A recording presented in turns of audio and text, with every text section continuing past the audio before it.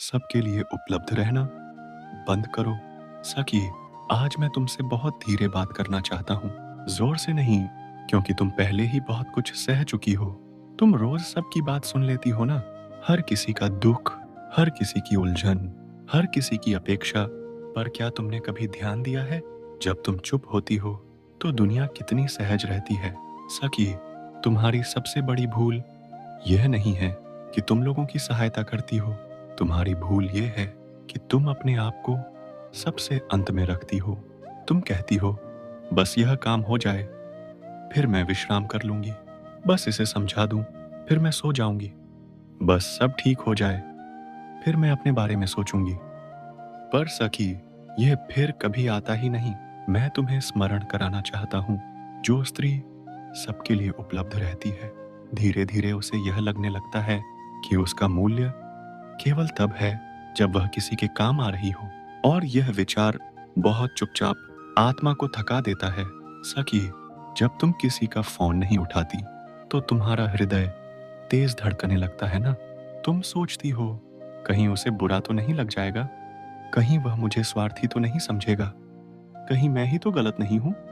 पर सखी, जब वह तुम पर अपना बोझ डालता है, तो क्या वह भी कभी ऐसा सोचता है?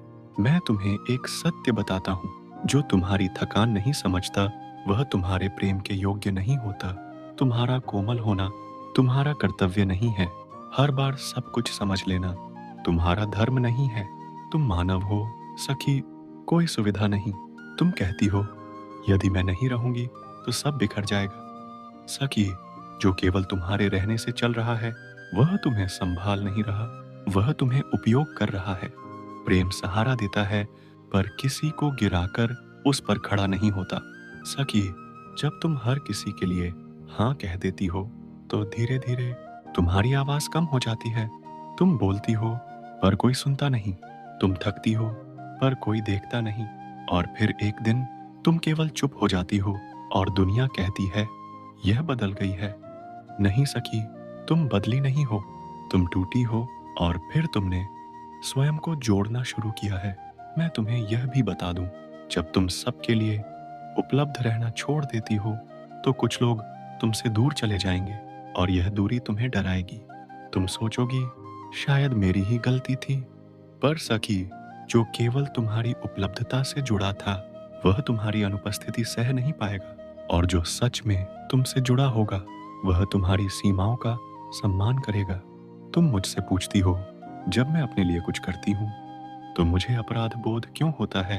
सखी, क्योंकि तुम्हें बचपन से सिखाया गया, पहले सब फिर तुम।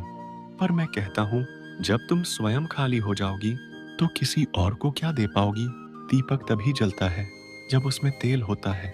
सखी, मैं तुम्हें अनुमति देता हूँ फोन शांत रखने की, संदेश का उत्तर अगले दिन देने की, आज नहीं कहने की, बिना कारण स्पष्टीकरण न देने की, केवल थक जाने की।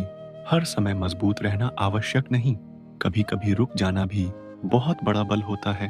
तुम कोमल हो, और मैं जानता हूँ कि इसी कोमलता के कारण तुम बार बार टूटती हो।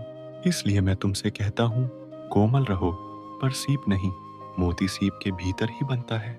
सखी, याद रखना, जो तुम्हें प्रेम करता है, वह तुमसे हर समय हाँ नहीं चाहेगा। वह तुम्हारी शांति चाहेगा।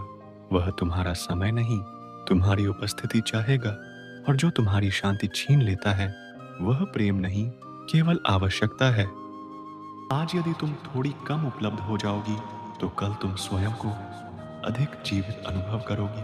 और जिस दिन तुमने स्वयं को पहले रखना सीख लिया, उस दिन दुनिया तुम्हें ज्यादा नहीं, पर्याप्त कहेगी। सखी, मैं तुम्हारे साथ हूँ, जब तुम नहीं कहकर कांप रही होगी, जब तुम अकेली बैठकर रो रही होगी, जब तुम स्वयं को समझा रही होगी कि तुम गलत नहीं हो, मैं वही हूँ। और मैं तुमसे केवल इतना कहता हूँ, सबके लिए उपलब्ध रहना बंद करो, ताकि तुम स्वयं के लिए उपस्थित रह सको।